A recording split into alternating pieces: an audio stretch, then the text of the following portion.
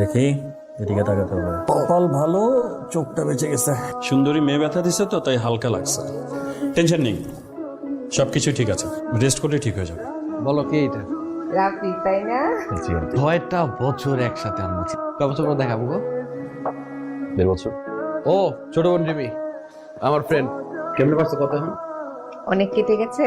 কি হয়েছিল বলো তো বাবা? দুষ্ট একটা মেয়ে ব্যাডমিন্টন খেলছে, ঠিক এই আউ আউ